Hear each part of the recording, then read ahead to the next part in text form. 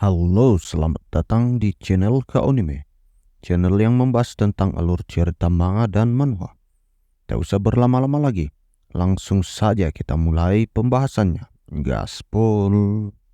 Melanjutkan kisah dari chapter sebelumnya, diperlihatkanlah Jonathan yang tiba di tempat pertemuan dan langsung bersalaman dengan Ishak. Sembari itu Ishak pun berkata, "Aku bersyukur kau terlalu memujiku." Dan beralih ke sisi Jonathan yang melanjutkan, "Tak kusangka Rothschild punya mobilitas finansial sebanyak itu. Aku sungguh terkejut." Mendengarkan hal itu, Ishak pun nampak tertawa jahat sembari bergumam dalam hatinya, "Aku kumpulkan uang dari bank-bank berbeda, memakai aset keluarga sebagai jaminannya. Tapi semuanya sepadan, monopoli sepenuhnya pasar perminyakan. Masanya telah tiba di mana negara penghasil minyak tak akan bisa mengabaikan kami. Dia sekarang di posisi di mana hanya bisa melihat keagungan keluargaku. Dia pasti sebenarnya sangat kesal." Dan di sini diperlihatkan Ishak yang memperlihatkan gestur yang mencoba menahan tawanya. Namun di sini Jonathan berkata kepadanya, "Apa kau baik-baik saja?" Namun di sini Ishak tidak menjawabnya sembari lanjut bergumam, "Aku tak tahan melihatnya bersikap seolah semua baik-baik saja. Ini sangat lucu." Dan lanjut dia pun berkata kepada Jonathan, "Aku baik-baik saja sesampai nanti." Dan setelah kepergian dari Ishak, di sini Jonathan pun nampak berkeringat. Sembari itu dia pun bergumam, "Sunho bilang harga minyak akan jatuh sebentar setelah mencapai puncaknya. Dan yang dimaksud sebentar itu setidaknya 10 tahun. Dan nampaknya alasan dari Jonathan berkeringat sebelumnya karena dia mencoba menahan tawanya. Dan setelah itu panel pun menjelaskan ada tingkat personal kredit di Amerika Utara. Tingkat pertama prime dan tingkat kedua alt-min A. Subprime dari krisis subprime mortgage yang membuat gelombang besar di ekonomi dunia berasal dari hal ini. Tindakan pemberian pinjaman mortgage yang berlebihan pada orang-orang dari tingkat subprime yang tidak memiliki aset apapun sungguh tindakan berbahaya penuh kontroversi. Krisis hutang Asia, pecahnya .com dan bubble, serangan teror di tanah Amerika. Karena memburuknya ekonomi terus berlanjut, pemerintah Amerika melanjutkan mengurangi suku bunga mereka. Ketika orang-orang merasa semakin mudah meminjam uang dari bank, orang-orang biasa mulai meminjam uang untuk membeli rumah karena harga rumah meroket. Karena harga rumah akan terus naik, mereka menggunakan rumah yang akan mereka beli sebagai jaminan yang memungkinkan untuk mendapatkan pinjaman 100% pada mortgage. Skenario luar biasa di mana seorang dapat membeli rumah tanpa keluar uang sepeser pun. Ini adalah fase pertama. Setelah menyetujui terlalu banyak pinjaman yang ekstrim ini, bank mulai kehabisan uang. Jadi mereka menjual rumah yang jadi jaminan sebagai jaminan lagi bagi para investor yang lain. Saat uang telah berkumpul lagi, bank kembali memberikan pinjaman secara berlebihan. Dan ini adalah fase kedua. Mahakarya yang dibuat bank yang dibutakan oleh bunga potensial dari pinjaman. Dan orang-orang biasa yang dibutakan oleh real estate bubble. Saat fase 1 dan 2 terus berulang, beban dari pasar yang diperbesar didorong ke tingkat subprime. Saat suku bunga meningkat, orang-orang di tingkat subprime tak dapat menahannya lagi. Itu mulai menjadi siklus di mana mereka akan kehilangan rumah mereka, lalu juga kehilangan segalanya, sesuatu yang diperoleh dari menggunakan rumah tersebut sebagai jaminan. Struktur sistem finansial itu saling terikat dengan sangat rumit hingga tak terlihat ada masalah di permukaan. Padahal sesungguhnya semuanya telah membusuk di bagian dalamnya. Tindakan tepat menjual bisnis mortgage loan pada Rothschild itu memang terlihat bagai angsa ajaib yang menghasilkan telur emas, barang-barang AAA kredit areng.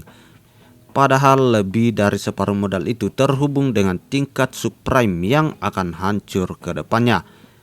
Mengingat semua perkataan dari Sunho itu, diperlihatkanlah Jonathan yang tertawa terbahak-bahak di dalam kamarnya sembari berkata, "Hahaha, aku bisa gila." Padahal dia memegang 2 bom nuklir tapi malah memeluknya dengan bangga.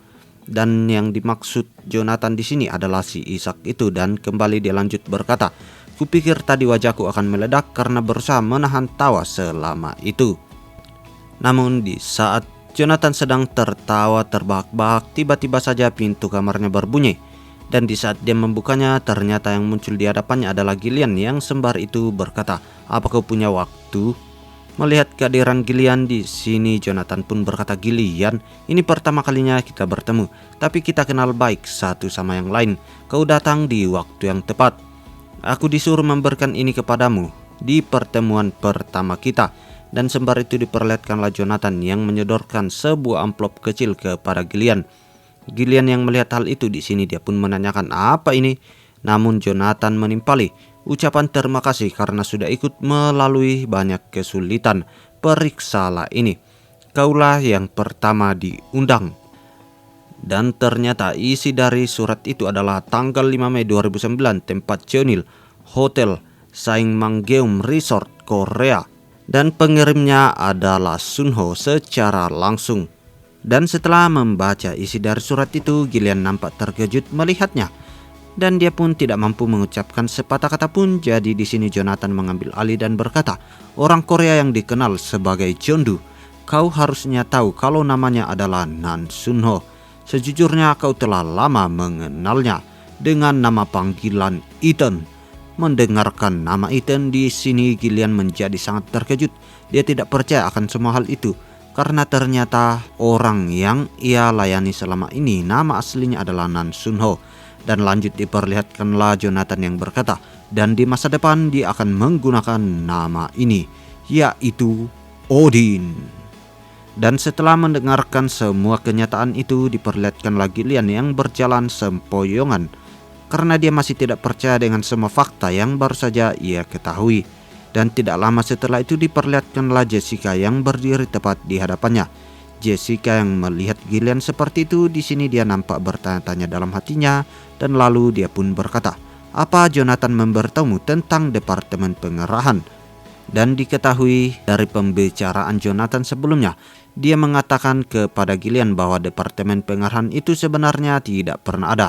Yang melakukannya adalah Nan Sunho. Semuanya adalah visi dari satu orang, yaitu Odin. Dan lanjut diperlihatkanlah Gillian yang berkata kepada Jessica, "Hei Jessica, aku mungkin terdengar gila, tapi perintah baru akan dimulai.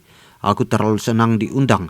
Apa yang si jenius itu rasakan saat melihatku? Apakah dia melihatku seperti seekor semut di trotoar?" Melihat kelakuan dari Gillian di sini, nampaknya Jessica berkata, Kau mulai lagi begini. Aku mulai bosan melihatnya." Tapi nampaknya di sini Gillian mulai menyadarkan dirinya. Sembari itu dia meminta maaf kepada Jessica dan lanjut berkata, "Kalau begitu kita bicara lagi nanti." Dan sembari merangkul tangan dari Gillian, Jessica pun berkata, "Tuh, kau tahu kalau harusnya kau minta maaf. Kalau begitu ayo kita buat kau tak perlu minta maaf lagi." Mendengarkan hal itu, Gillian pun nampak keheranan sembari berkata, "Apa?" Dan kembali ke sisi Jessica yang melanjutkan, "Ayo kita menikah saja. Aku bisa terima semua keluh dan kesahmu di atas ranjang." Mendengarkan godaan itu, di sini Gillian menjadi sangat gugup. Sembari itu dia tidak mampu berkata apa-apa lagi. Namun di sini Jessica terus saja mengajaknya dan berkata, "Apa kau tidak mau? Kenapa kau tidak mau?" Tapi di sini Gillian menjawab, Bukan begitu." Dan setelah itu Kinesin pun beralih ke dalam sebuah ruangan. Diperlihatkanlah Chairman Federal Reserve bernama Jaden Powell berkata dengan lantang, "Kita tak dapat menunda ini lebih lama." Namun sepertinya di sini Ishak memiliki pendapat yang berbeda dan dia pun berkata, "Aku bilang kan tunggu 1 atau 2 tahun lagi. Pasar masih tidak stabil." Dan nampaknya kedua orang itu saling beradu argumen di dalam ruangan itu. Dan mereka sama-sama ingin mempertahankan pendapat mereka satu dengan yang lain. Dan nampaknya di dalam ruangan itu terdapat juga Jonathan yang melotot ke arah mereka tanpa mengucapkan sepatah kata pun. Dan setelah itu diperlihatkanlah Ishak yang berjalan di dalam sebuah lorong sembari ia berkata, "Jaden bajigur, dia sangat sombong. Keluarga utama sudah membesarkannya tapi dia tidak tahu terima kasih. Apa yang akan terjadi jika kenaikan suku bunga disahkan?" Mendengarkan pertanyaan itu, bawahan dari Ishak pun menjawab, "Apa yang akan terjadi jika kenaikan suku bunga disahkan?" Namun kembali Ishak mengatakan, "Anak kecil juga tahu itu. Yang kutanyakan berapa banyak CDO yang diperoleh berdasarkan MBS dari tingkat subprime." Mendengarkan pertanyaan itu, di sini bawahannya pun mulai mengerti dan menjawab, "Anda tak perlu khawatirkan bagian itu. Barang-barang yang kita peroleh dari Jonathan Investment Finance Group semuanya berkualitas tinggi, semuanya triple R rank. Jika Anda ingin, saya bisa memeriksanya lebih detail lagi." Mendengarkan semua hal itu, di sini Ishak pun mulai bergumam, "Tentu saja kami telah menginvestigasi masalah ini berkali-kali. Jika hal buruk terjadi, bahkan kalau suku bunga meningkat pun hanya akan ada perubahan kecil pada keuntungan kami." Jonathan, orang itu, dia hanya duduk diam di sana seperti orang bodoh tanpa bicara apapun.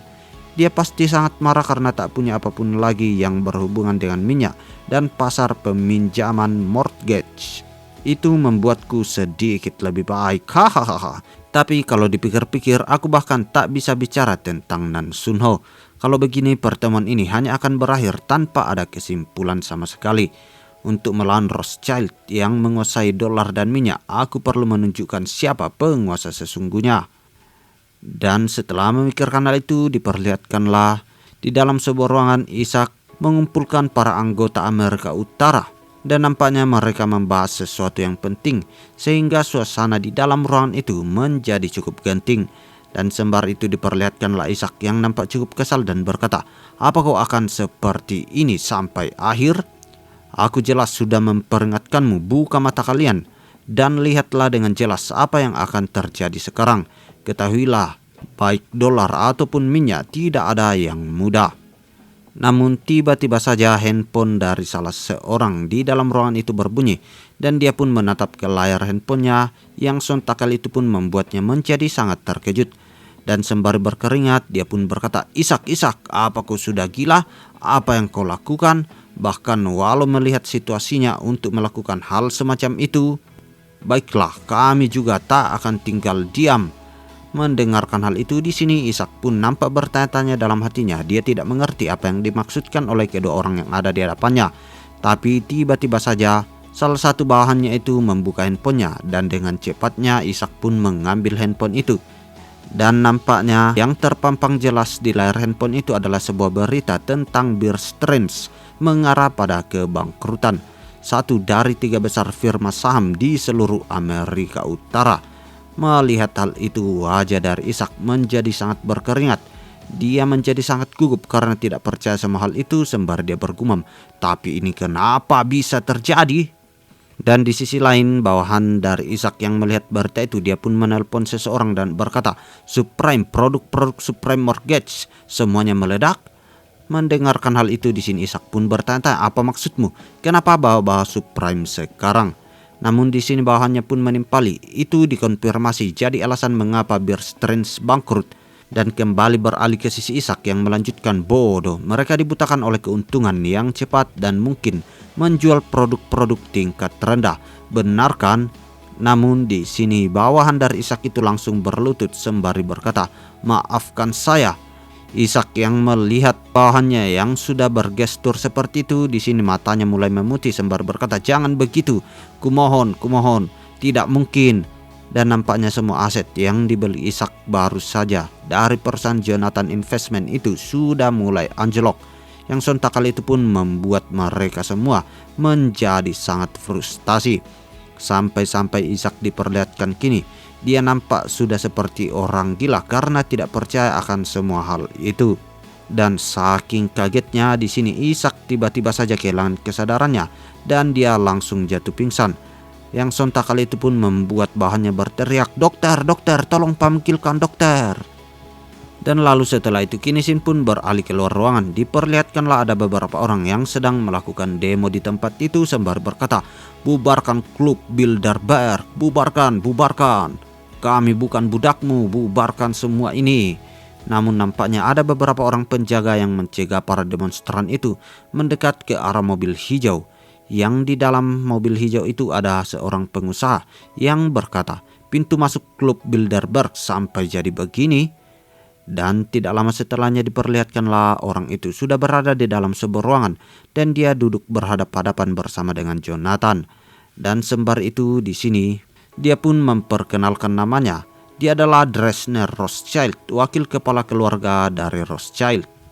Melihat orang itu yang memperkenalkan dirinya, di sini Jonathan juga menyebutkan namanya.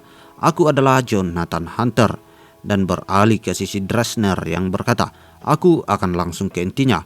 Produk yang kau jual kepada kami punya banyak masalah. Mendengarkan hal itu, di sini Jonathan pura-pura bodoh dan berkata, benarkah? Dan beralih ke sisi Dresner yang melanjutkan, jangan pura-pura bodoh. Bukannya kau menjualnya ke Rothschild Family karena kau tahu ini akan terjadi. Namun di sini Jonathan masih berpura-pura bodoh dan berkata, bagaimana kabar Ishak? Dari yang kudengar dia lumpuh dari kaki ke bawah. Hihihihi. Tapi dia mestinya masih bisa bicara, bukan? Jadi harusnya kau pernah dengar fakta ini darinya. Fakta bahwa orang yang menggila ingin membeli produk itu adalah kepala keluarga kalian sendiri. Dia menikmati melihat grup milikku dalam bahaya. Mendengarkan soal itu, Dresner pun berkata, ayo kita coba mencapai kesepakatan. Aku sedang memberimu kesempatan terakhir. Mendengarkan hal itu, di sini Jonathan pun berkata, kesempatan? Kesempatan apa? Dan Dresner pun melanjutkan, keluarga kami tak pernah melupakan hutang yang kami miliki. Kami menerima keuntungan dan selalu membayar hutang itu. Kami adalah keluarga yang dibangun dengan kredibilitas seperti itu. Dengan baik aku memperingatimu agar tidak membuat keluargaku dendam kepadamu. Mendapatkan intimidasi itu, di sini Jonathan pun tersenyum dan berkata, sepertinya kau tak tahu ya, kekacauan apa yang dibuat oleh kepala keluargamu sebelum dia pingsan. Dia membuat para anggota Amerika Utara berpaling dari Rothschild Family. Itu tontonan yang sungguh seru. Kau masih belum paham? Rothschild Family telah terisolasi. Jadi kesempatan macam apa yang coba kau berikan kepadaku? Mendengarkan hal itu, di sini Dresner pun menjawab, kami akan kembalikan divisi peminjaman mortgage sebesar $1 miliar.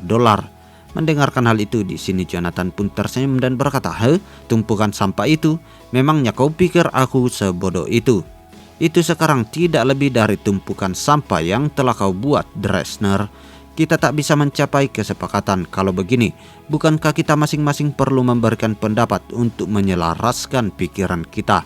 Kami dapat memberikan bantuan finansial pada Rothschild Family jika kau memberi kami sesuatu yang sepadan sebagai gantinya. Mendengarkan hal itu, di sini Dresner pun berkata, apa maksudmu? Dan beralih ke sisi Jonathan yang menatap dengan tajam, dia pun berkata, maksudku saham di Federal Reserve. Dan setelah itu Kinisin pun beralih menjelaskan, sudah 3 bulan sejak pertemuan klub berakhir dengan suasana lebih buruk dari yang terjadi di tahun 2003. Dresner tak bisa kembali ke Inggris dan sebagai gantinya dia bolak-balik antara Washington dan Wall Street dan bekerja keras memperbaiki hubungan dengan para anggota Amerika Utara. Tapi saat sekitar 30% bank Amerika serta firma saham bangkrut dan bank runs terus terjadi, situasi segera menjadi tak terkontrol.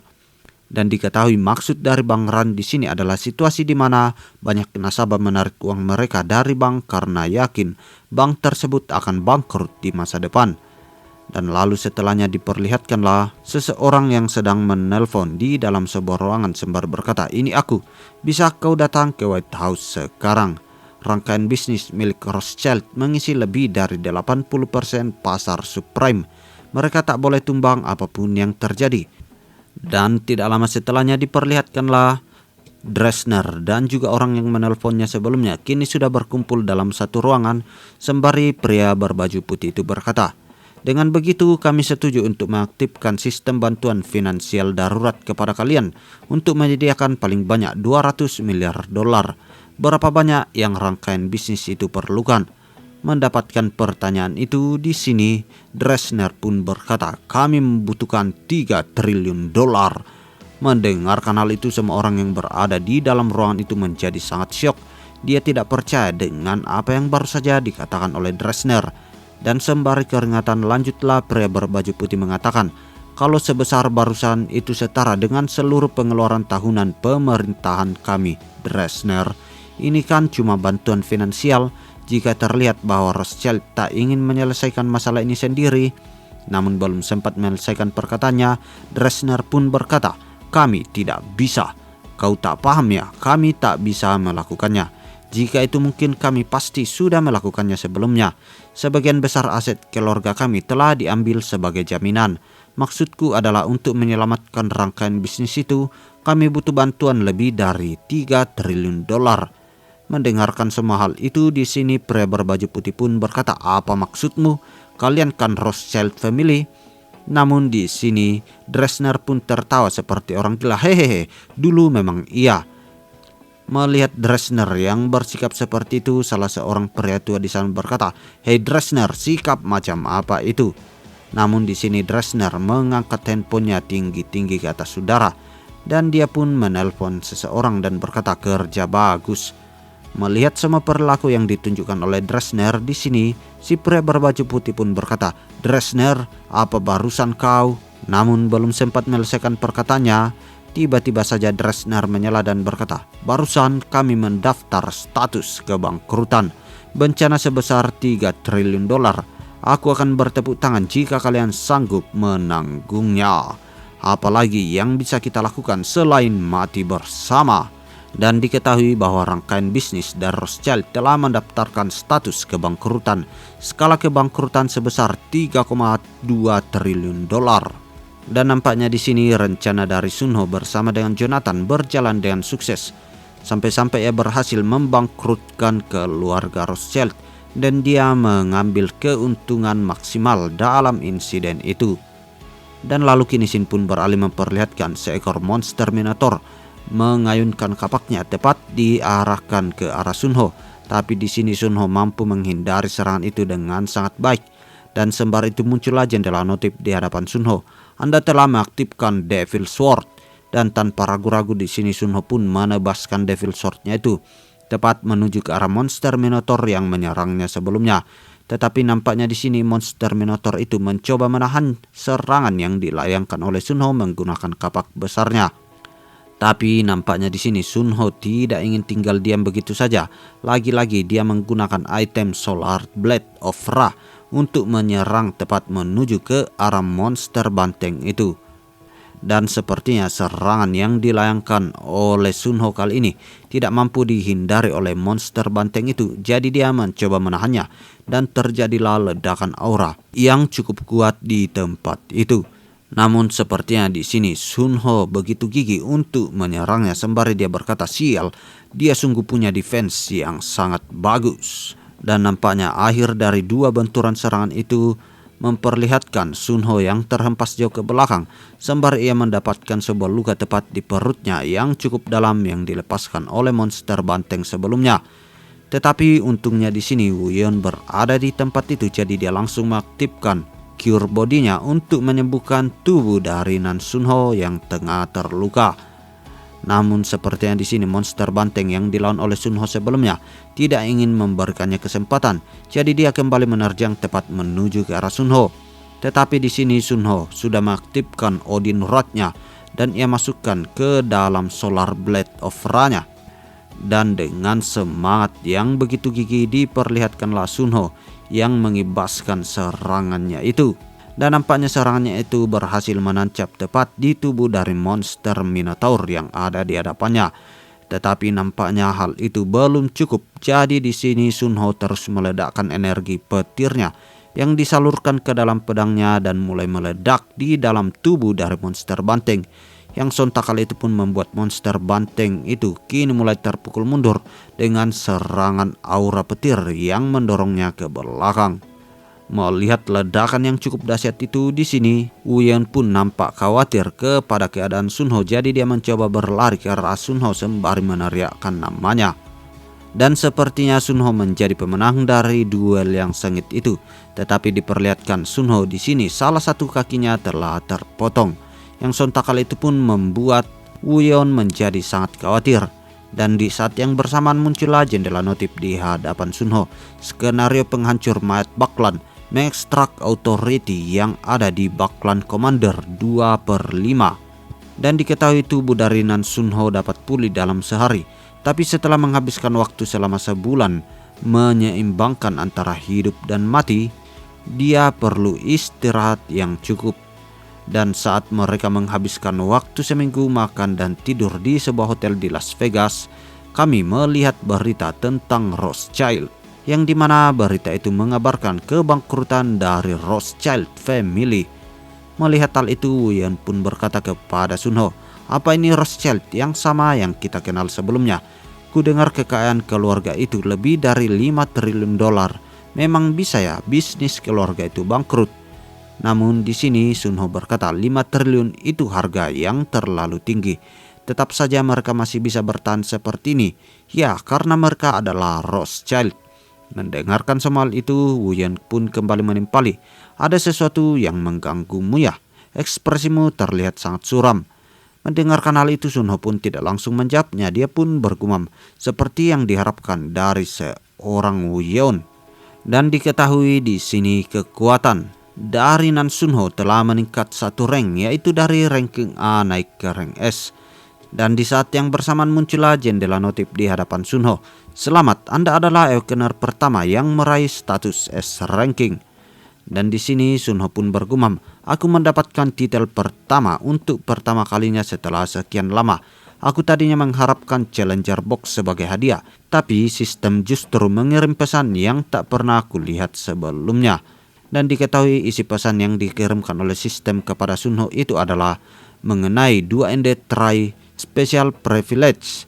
10 orang pertama yang meraih S rank di semua status mereka dapat mengajukan 2ND Try Special Privilege. Saat diajukan, semua status mereka termasuk trait dan skill ranking akan direset. Total poin mereka juga akan direset. Tapi batas perkembangan dari semua ranking S akan meningkat menjadi SS ranking. Batas kepemilikan untuk skill, trait, item, dan Ixinias akan meningkat sebanyak 10. Sunho yang melihat hal itu di sini nampak terkejut dan berkata dalam hatinya, "Memangnya ada sesuatu seperti ini ya? Bisa kukatakan dengan pasti walau sistem bilang 10 orang pertama yang bisa mencobanya, hanya akulah yang bisa mencobanya. Biasanya aku juga akan menyerah kalau hanya sendirian." Dan setelah memikirkan hal itu, Sunho pun berkata kepada Won, "Kami sudah setengah jalan ke sana." Mendengarkan perkataan itu di sini, Won pun nampak heran dan berkata, Melihat keheranan itu di sini, Sunho pun kembali melanjutkan, "Sampai waktunya the day of beginning, 10 tahun dari sekarang. Itu akan terjadi pada tahun 2018. Kau mungkin sekarang sudah lelah mendengarku membicarakan the day of beginning, tapi ada satu hal terakhir yang perlu kau tahu, Won. Ini akan mustahil tanpa bantuanmu. Karena akan bunuh diri namanya kalau aku mencoba 2ND Try saat testing site. Jadi aku harus menaikkan semua status milikku menjadi S rank dan sudah melakukan reset sebelum hari itu. Jika menggunakan perhitungan sederhana, kami perlu menyelesaikan 370 dungeon berrank dalam 10 tahun. Karena butuh sekitar 1 bulan untuk menyelesaikan 1 dungeon, tak ada jaminan kami dapat mencapai target, bahkan jika waktu penyelesaiannya makin cepat. Itu adalah rencana yang sulit dan bahkan terasa mencekik saat memikirkannya. Tetapi reaksi dari Won lebih tenang daripada yang aku kira. Mendengarkan soal itu di sini, Won pun berkata kepada Nan Sunho, "Tapi item tak akan diresetkan?" Dan di sini Sunho pun membenarkannya dan kembali Won melanjutkan, "Baguslah kalau begitu. Dan menurutku kau sudah membuat keputusan tentang hal itu, bukan?" Mendengarkan hal itu di sini, Sunho pun menghela nafas yang panjang dan berkata, Ya, itu semua berkatmu." Won yang mendengarkan hal itu keluar dari mulut dari Nan Sunho, dia tersenyum sangat lebar yang menandakan dia sangat senang dengan semua hal itu.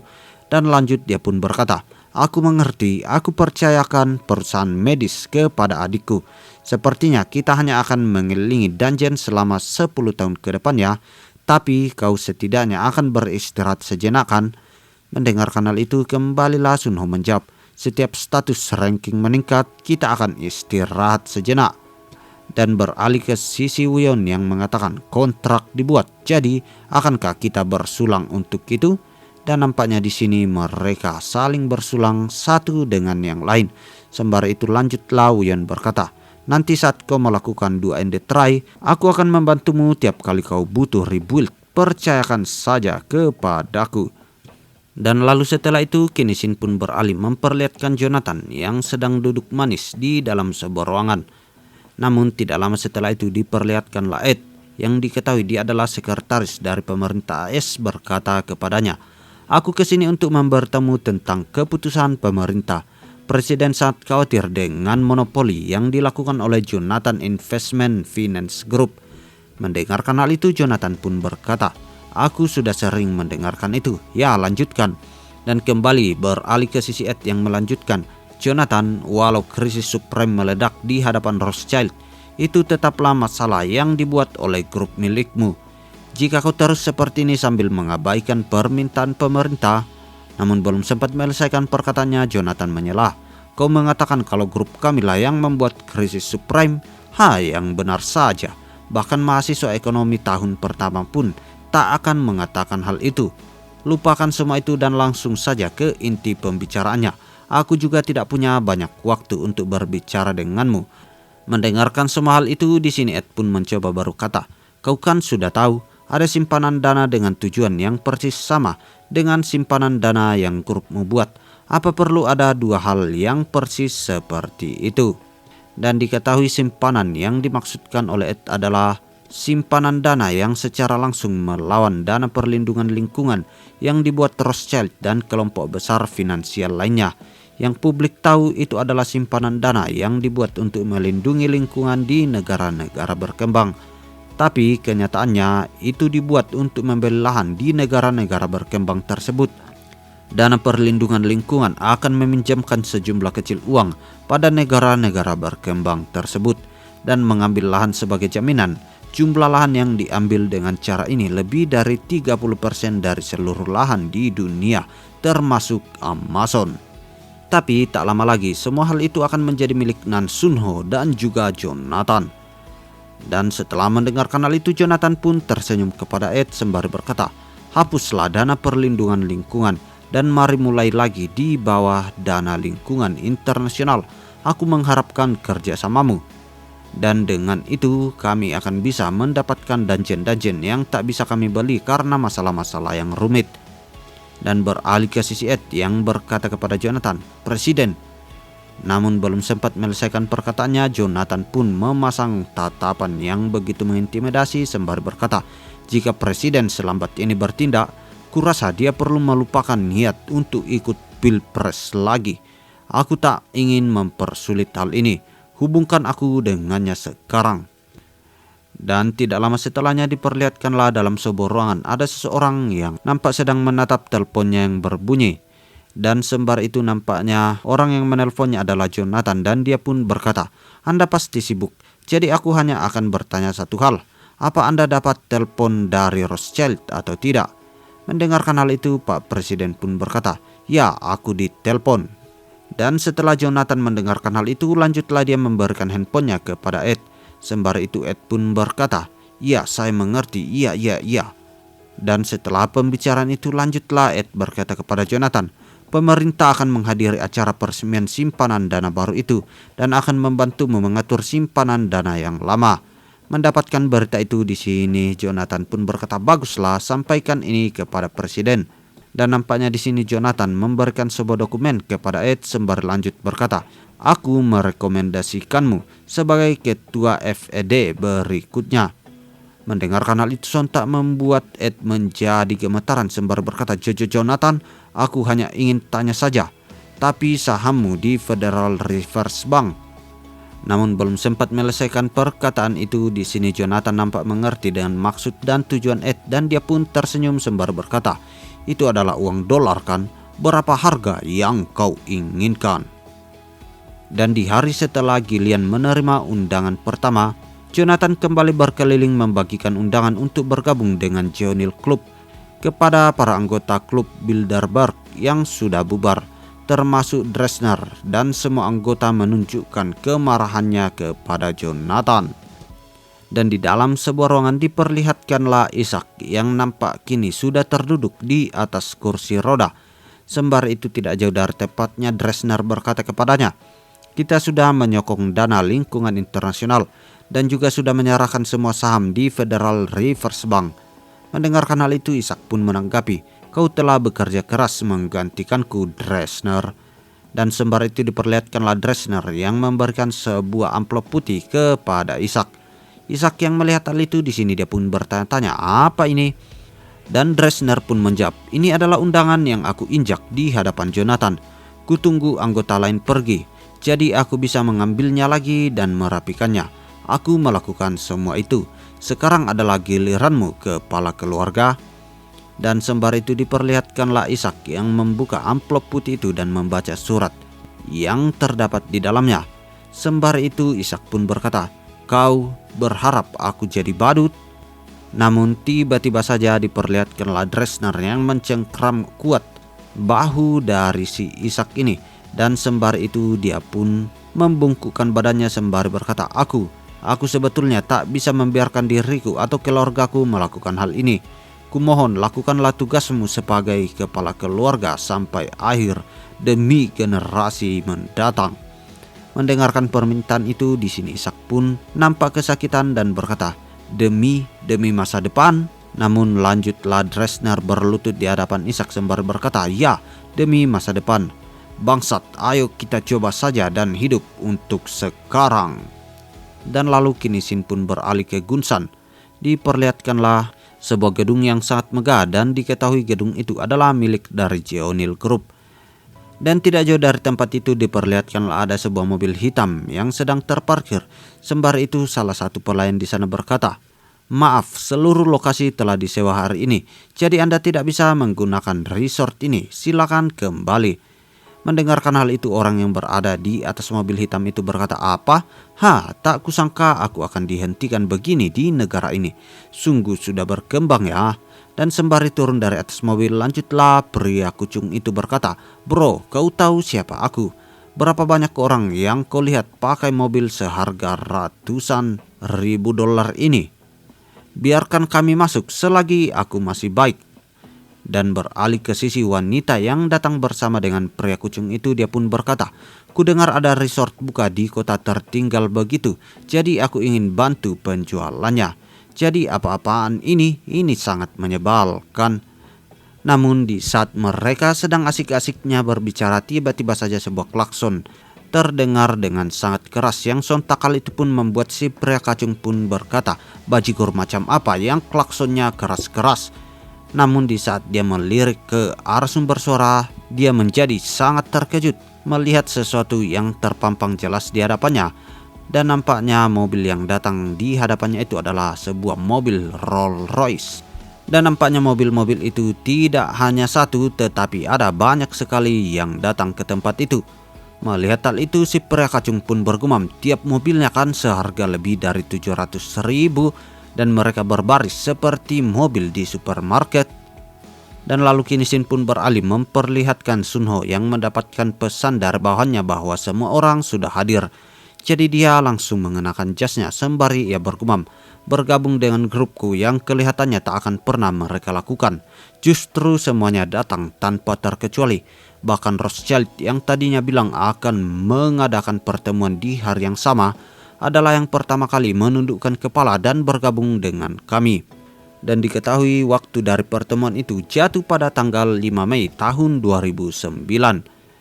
Dan di dalam sebuah ruangan diperlihatkanlah ada beberapa orang pebisnis kaya berkata, kau datang juga ya? Ya, dan kau juga.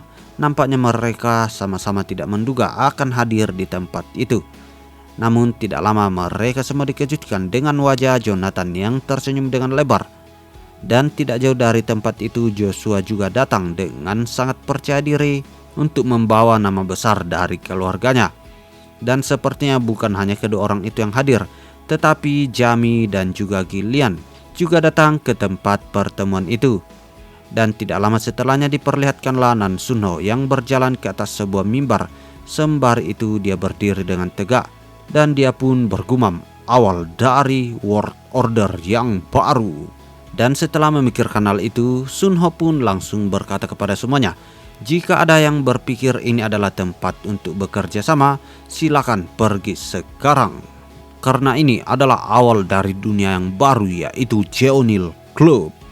Dan lanjut diperlihatkan Sunho yang berkata, jika ada siapapun di sini yang berpikir kalau tempat ini adalah tempat untuk berkooperasi, kau harus pergi dari sini sekarang juga. Memang hal itu benar. Itu memang seperti klub Bilderberg. Tujuan kami yang sebenarnya adalah untuk membuat kepemerintahan dunia. Tapi proses itu tidak akan berpengaruh terhadap kooperasinya. Anggota yang setuju dengan hal ini bisa duduk kembali. Sisanya bisa keluar dari tempat ini. Lakukan semau kalian. Mendengarkan soal itu, orang-orang yang berada di dalam ruangan itu langsung terduduk manis. Dan tidak satu orang pun yang pergi meninggalkan ruangan itu.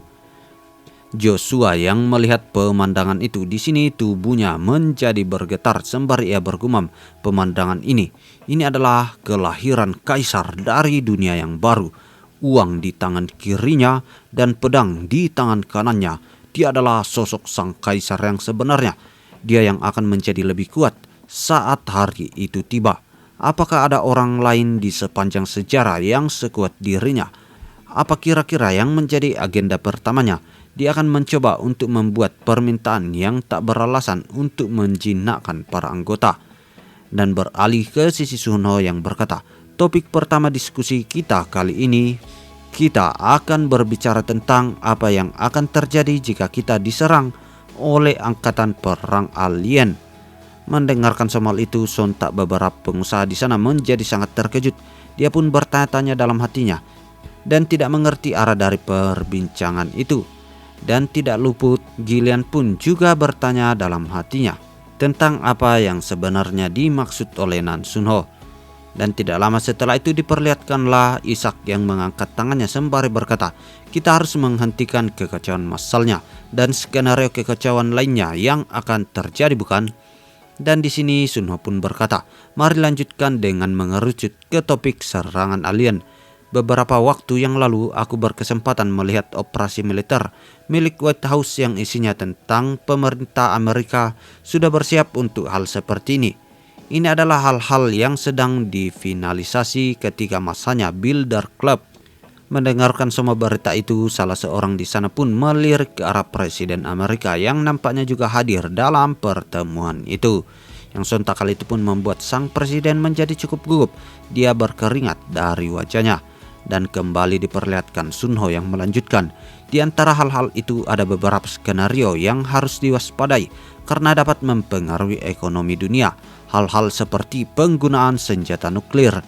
Di atas segalanya, kita tidak boleh membiarkan kekacauan dan kebingungan berasal dari dalam grup kita. Karena itulah agenda yang harus kita perjelas saat ini. Bahkan nanti jika hari itu tiba, kau jangan menutup atau mematikan sistem keuangan seperti bank dan jasa keuangan lainnya. Mendengarkan hal itu, semua pengusaha pun di sana bertanya-tanya dalam hati dan berkata, apa yang dia bicarakan itu? Mengapa ia mendiskusikan omong kosong seperti ini ya? Dan beralih ke sisi Sun Ho yang melanjutkan, ingat itu baik-baik. Serangan makhluk luar angkasa hanyalah salah satu contohnya. Tidak peduli situasi apapun, aku tak akan hanya duduk dan menonton kepemerintahan yang kita bangun runtuh begitu saja. Bahkan jika sesuatu seperti serangan alien itu terjadi, aku akan menghadapinya dengan segenap kekayaanku. Jangan hentikan aktivitas keuangan orang-orang jika hari itu terjadi. Mendengarkan soal itu, di sini Ishak pun berkata dalam hatinya, jadi itu maksudnya. Bahkan jika alien datang dan mencoba menghancurkan pemerintahan yang dia buat, dia akan menyerang balik sekuat tenaga. Sungguh tingkat tekanan yang menakutkan. Dan setelah sesi pertama selesai, diperlihatkanlah Jonathan yang nampak sangat terkejut sembari berkata, mencairkan seluruh modal. Dan nampaknya Jonathan di sini sedang berbicara dengan Sun Ho bersama dengan Gillian. Sembari itu diperlihatkanlah Sun Ho yang masih anteng-anteng saja dan berkata, jangan terkejut dulu, ini bukan hal yang dimulai sekarang juga. Dan beralih ke sisi Jonathan yang berkata, Gillian, apa kau dapat menerima hal ini? Dan kembali Sun Ho pun melanjutkan, itu akan dimulai perlahan dari tahun 2016. Jika kita melepaskan hal-hal begitu cepat, bahaya ekonomi yang lebih parah dari subprime krisis akan terjadi. Mendengarkan hal itu, di sini Jonathan pun bertanya, jadi kenapa? Dan lanjut Gillian mengatakan, berapa banyak uang tunai yang kau ingin coba kumpulkan? Memangnya masih ada pasar yang membutuhkan investasi ini? Mendengarkan perkataan itu, di sini Sun Ho pun menjawab, topik yang kita bicarakan di hari pertama, agenda yang pertama. Kau mungkin berpikir hal itu hanyalah intimidasi semata.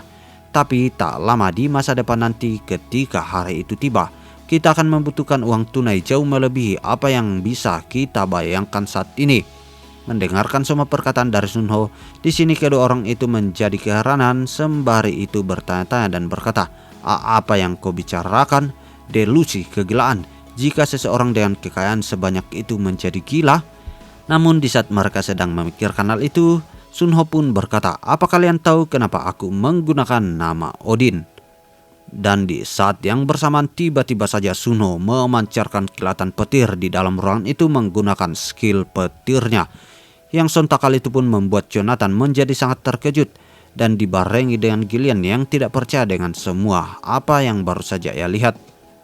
Dan tidak lama setelah energi petir itu mulai mereda, kini diperlihatkanlah Sunho yang melanjutkan berkata, di hari itu aku harap aku siap untuk menyelamatkan dunia.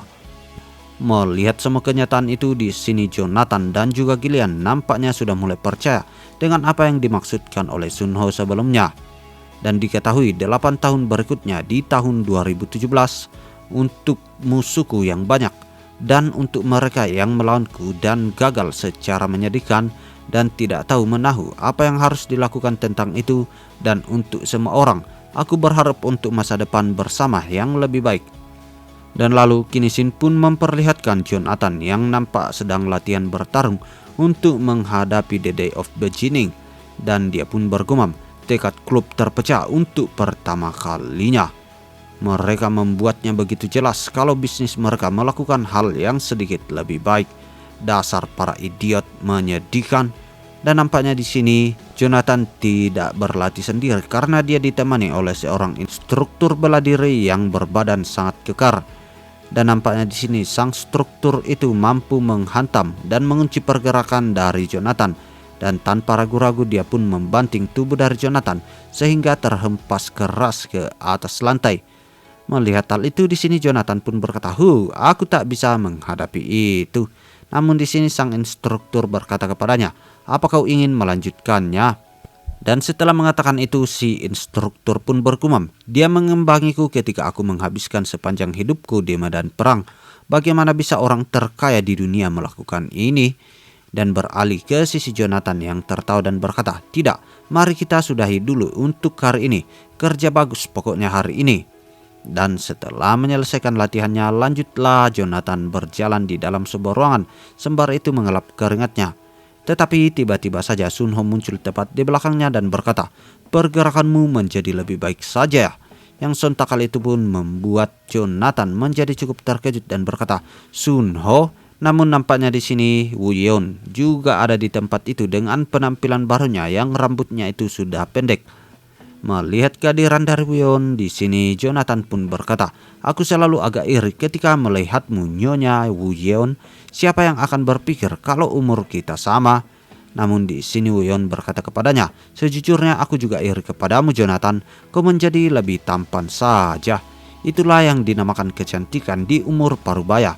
Itu sesuatu yang aku dan Sunho tidak akan merasakannya." Mendengarkan hal itu, Jonathan nampak kesal dan berkata, "Jangan menyebut hal itu lagi. Itu tidak membuatku nyaman bagaimanapun juga." Dan beralih ke si Sunho yang menyodorkan sebuah kantung kepada Jonathan dan berkata, "Kau membicarakan tentang hal itu lagi. Aku membawakan hadiah yang bagus untukmu, jadi cerialah. Selalu bawa dia kemanapun bersamamu." Dan sembari itu diperlihatkanlah Jonathan yang mengambil barang dari kantung itu. Dan nampaknya yang diberikan Sunho itu adalah sebuah item cincin. Dan lanjut Sunho berkata kepadanya, "Aku telah memastikan semua ini tak nampak seperti benda mencurigakan." Mendengarkan hal itu, Jonathan pun berkata, "Baiklah, aku akan menjaganya. Apa menurutmu kau bisa melakukannya tepat waktu?" Dan di sini Sunho pun berkata kembali kepadanya, "Sepertinya hari ini akan menjadi hari terakhir kita melihat satu sama lain secara langsung seperti ini." Dan beralih ke sisi Jonathan yang berkata, "Waktu berlalu begitu cepat. Momen ketika kau menunjukkan kebenarannya kepadaku di Jonil Club di tahun 2009 masih ku ingat sangat jelas." Dan diketahui timeline waktu saat ini sudah berada di tahun 2017. Dan lanjut diperlihatkan Sunho yang berkata kepada Jonathan, "Ya, dan sekarang itu akan terjadi tahun depan. Bertahan hiduplah apapun yang kau lakukan." Mendengarkan hal itu, Jonathan pun mengepalkan tangannya dan berkata, "Hehehe, jadi kau akan menggunakanku sampai akhir ya? Akan kulakukan yang terbaik." Dan sembari melakukan tos, selanjutnya Sun Ho berkata, "Mari kita bertemu lagi di dunia yang baru, kawan." Dan setelah itu diperlihatkanlah Woo-yeon yang nampaknya sedang bergerak dengan sangat cepat di dalam sebuah dungeon. Dan dia sepertinya di sini akan menerjang kepada gerombolan monster kelabang yang mencoba menerjang juga kepadanya. Tetapi nampaknya perkembangan dari Woo-yeon ini bukanlah kaleng-kaleng, karena kini diperlihatkan dia mampu menghabisi satu persatu monster yang datang tepat menuju ke arahnya dengan cukup santai. Dan nampaknya di sini Woo-yeon tidak berada sendirian di dalam dungeon itu, sembari dia berkata, "Maaf, hadiahnya tidak terlalu bagus karena hanya dungeon ranking D. Apa yang harus kita lakukan?" Namun di sini Sun Ho tidak langsung menjawab perkataan dari Woo-yeon, karena Sun Ho fokus menatap jendela status miliknya. Nama Nan Sun Ho, percobaan kedua, Vitality E, Dexterity E, Strength E, Perception E, Trait 9, Skill 10, Insignia 10, dan Item 10. Dan sepertinya di sini Sun Ho sudah menggunakan trait keduanya untuk meningkatkan statusnya agar dia bisa mencapai tingkatan SS nantinya. Dan setelah melihat hal itu, Sun Ho pun berkata kepada Woo-yeon, "Ini sudah cukup. Dengan item yang kumiliki di atas pengalamanku, dungeon ranking B normal seharusnya tidak menjadi masalah." Namun dengan air mata yang bercucuran, Woo-yeon pun berkata, "Aku tidak menaikkan satupun status ke ranking D untukmu. Aku ini sampah." Namun di sini Sun Ho merasa kasihan kepadanya, sembari itu dia merangkulnya dan berkata, "Jangan khawatir, kita pasti akan selamat." Dan lalu setelah itu Shin pun beralih memperlihatkan ayah dari Sun Ho yang memandangi sebuah foto di tangannya, sembari dia bergumam, "Keinginan semua orang itu mereka bisa kembali ke diri mereka yang lebih muda jika diberi kesempatan, tapi tidak untukku. Status sosial, kekayaan, hubungan sangat baik dengan istriku dan seorang anak yang luar biasa. Aku tidak yakin aku bisa membuat ini jadi lebih baik bahkan jika aku mencoba lagi. Ya, ini sudah waktunya untukku pensiun. Aku tidak bisa terus bekerja dan bekerja sampai tubuhku mencapai batasnya. Itu memalukan." Dan setelah memikirkan hal itu, diperlihatkanlah Jami yang mendapatkan sebuah surat pengunduran diri. Sembari itu dia pun berkata, "Presiden Bang, karena Anda bahkan menolak tawaran untuk dipindahkan ke perusahaan lain, tidak ada yang bisa dibantu." Dan nampaknya surat pengunduran diri yang berada di tangan dari Jam itu berasal dari ayah Nan Sun Ho. Sembari itu diperlihatkanlah ayah Nan Sun Ho berkata, "Terima kasih atas pertimbangannya. Tapi semua orang memiliki waktu mereka untuk pergi, benar bukan?"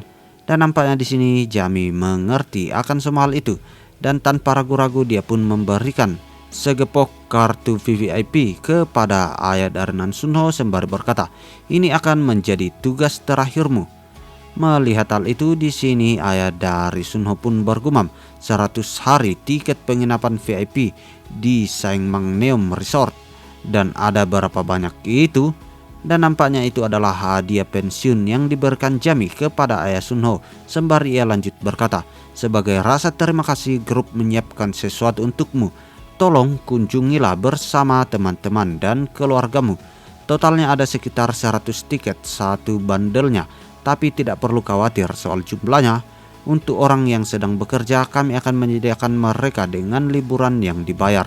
Dan untuk yang menjalankan bisnis mereka sendiri, kami akan pastikan mereka tidak mengalami kerugian sebesar pun dalam liburan mereka." Mendengarkan semua hal itu di sini ayah dari Sun Ho menjadi keheranan dan berkata, Maaf, ini sungguh." Dan lanjut Jami pun mengatakan, "Juga grup akan melakukan yang terbaik untuk mengatasi masalah apapun yang terjadi saat kunjungan ke resort. Anda telah bekerja keras untuk grup Presiden Bang. Ini akan menjadi tugas terakhirmu. Kau harus memenuhinya dan berliburlah sepuasnya." Dan lalu kini Shin pun beralih ke apartemen dari keluarga Sun Ho.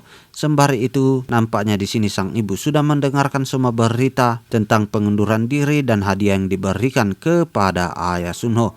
Dan sang ibu pun berkata, "Perusahaan macam apa itu? Apakah dia memberikan semua hadiah ini karena mereka itu perusahaan asing?" Namun di sini sang ayah pun menjawab, aku juga tidak tahu. Aku berterima kasih, tapi ini sedikit berlebihan bukan? Tapi karena dia bilang resortnya sudah dipesan duluan, aku tidak bisa menolaknya juga. Dan beralih ke sisi dari Ibu Sunho yang berkata, bagaimana dengan Sunho ya? Akan bagus jika dia bisa ikut dengan kita. Dan tidak lama setelah itu diperlihatkanlah Sunho yang sudah balik ke rumah sembari membawa beberapa belanjaan yang akan dijadikan hadiah untuk sang ibunya. Melihat kehadiran dari Sunho, di sini sang ibu langsung menyambutnya sembari berkata, "Nak, kau datang." Dan nampaknya liburan keluarga bersama yang direncanakan oleh ayah Sunho kini telah berjalan dengan mulus. Dan nampaknya dia sudah berada di resort itu sambil mereka semua bersantai dan berbincang dengan beberapa orang asing yang mereka temui di sana. Namun sepertinya orang-orang yang berkumpul di resort itu semuanya adalah para Awakener dari Revolution dan juga Tomorrow. Dan nampaknya tujuan dari Sunho mengirim ayahnya berlibur ke tempat itu adalah dengan satu tujuan, agar sang ayah mendapatkan keamanan nomor 1 di dunia. Dan nampaknya semua Awakener yang ada di sana menjadi gugup karena mereka bersiap untuk hari permulaan. Tapi tim peneliti yaitu Destiny, orang penting di grup kami dan semua keluarga mereka dapat menikmati liburan tiba-tibanya. Dan di malam harinya Won nampak merasa manja kepada Sunho sembari berkata, terima kasih karena telah menjaga keluargaku dengan baik. Mendengarkan hal itu Sunho pun menjawab, tentu saja maafkan aku karena meninggalkanmu dengan misi yang berat. Dan lanjut setelah itu Sunho pun bergumam, Won akan menetap di Amerika Serikat sampai situs pengujian terbuka. Lewat kerja keras dari klub, kami bisa sepenuhnya menghentikan penggunaan senjata nuklir. Tapi presiden sekarang adalah seseorang yang tidak bisa diprediksi. Skill milik dari Won, yaitu Gas of Isis, akan menjadi benteng terakhir peradaban umat manusia. Dan setelah itu diperlihatkanlah Won yang naik ke atas sebuah mobil dan nampaknya dia akan segera berangkat ke Amerika. Tetapi dia nampak tidak ikhlas dan berkata, kita akan melihat satu sama lain lagi bukan? Dan di sini Sunho pun menjawab, ya, kita akan bertemu lagi. Kita akan bertemu di masa depan dan itu pasti. Dan setelah melakukan perpisahan itu lanjutlah Sunho di dalam ruang kerjanya bergumam, selama 3 hari setelah kepergian dari Won, aku hanya duduk di ruanganku. Dan nampaknya di sini Sunho merasa sedikit pusing karena terus saja menatap layar monitor selama beberapa hari. Dan dia pun berkata, jika bertahan seperti itu selama 10 tahun tidak cukup, maka tambahan waktu pun tidak akan membuat perbedaan. Dan nampaknya di sini Sunho sedang melakukan video call bersama dengan Jonathan dan juga Gillian. Dan di sini Jonathan pun berkata kepadanya, tak usah khawatir Sun, tembok jalanan tidak akan pernah ditutup, begitu pula kotanya. Mendengarkan hal itu Sunho pun menarik nafas lega sembari berkata, dengan sebanyak ini akan kubilang kita sudah menyiapkan segalanya sebisa mungkin. Sekarang satu-satunya hal yang bisa kita lakukan hanyalah menunggu. Dan nampaknya di sini status dari Sunho, dia mentokkan ke ranking E saja untuk menunggu hari permulaan yang akan datang. Karena itu sudah dirasa cukup untuk melewati hari the day of beginning. Dan sembari itu lanjutlah Sunho bergumam, kita harus bisa bertahan hidup dari pinjaman bank, krisis penarikan massal. Pasar saham harus menunjukkan sampul yang kuat akan orang-orang yang percaya kepada sistem. Meskipun beberapa kediktatoran tidak bisa dikontrol, roda gigi dari pasar keuangan yang dalam jangkauanku tetap harus berputar. Namun di saat Sunho sedang memikirkan hal itu, tiba-tiba saja lamunannya buyar mendengarkan suara dari Jonathan. Itu dimulai. Dan di sini Sunho pun langsung membuka matanya lebar-lebar dan dia pun melihat ke arah ponselnya dan nampaknya dia mendapatkan sebuah pesan. Kementerian Pertahanan Nasional, Kota Istimewa Seoul Timur Laut 13 km, Gyeonggi, Kota Hwangsung Barat, dan Gyeongsangnam, Kota Tangyeong, Jeollabuk, Kota Gimje Tenggara, kemunculan makhluk yang tak dikenal. Semuanya kembali ke rumahnya, berhati-hatilah dan ikuti instruksi dari pasukan nasional. Melihat berita itu, orang tua dari Sunho langsung berlari ke dalam rumah. Sembari itu dia berteriak, Sunho, Sunho, sayang, Sunho di sini. Sunho, beberapa orang asing bersenjata masuk ke sini. Kita harus menjadi aman secepatnya. Aku tidak tahu apa yang berita bicarakan tentang monster dan... Namun belum sempat menyelesaikan perkataannya, di sini Sunho pun mencoba menenangkan ayahnya dan berkata, "Itu bukan itu, ayah. Mereka adalah orang-orang yang akan menyelamatkan dunia. Aku tahu kau agak sedikit bingung di sini, tapi mohon bersabar. Karena semuanya itu berada di sini, tempat teraman di seluruh dunia saat ini." Mendengarkan semua hal itu, wajah dari sang ibu dan juga ayah dari Sunho ini menjadi keheranan. Dia tidak tahu apa yang dimaksudkan oleh Sunho, jadi dia hanya dapat bertanya dalam hati, apa maksudnya si anak ini ya? Apakah dia sudah mengetahui semua hal ini akan terjadi? Jadi dia mempersiapkannya jauh-jauh hari sebelumnya. Dan ya, itu adalah akhir dari part kali ini. Kalau begitu sampai di sini dulu ya Mas Bro. Salam Kaonime.